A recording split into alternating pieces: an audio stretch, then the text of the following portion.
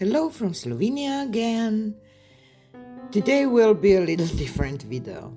I have a friend and a student here from United States.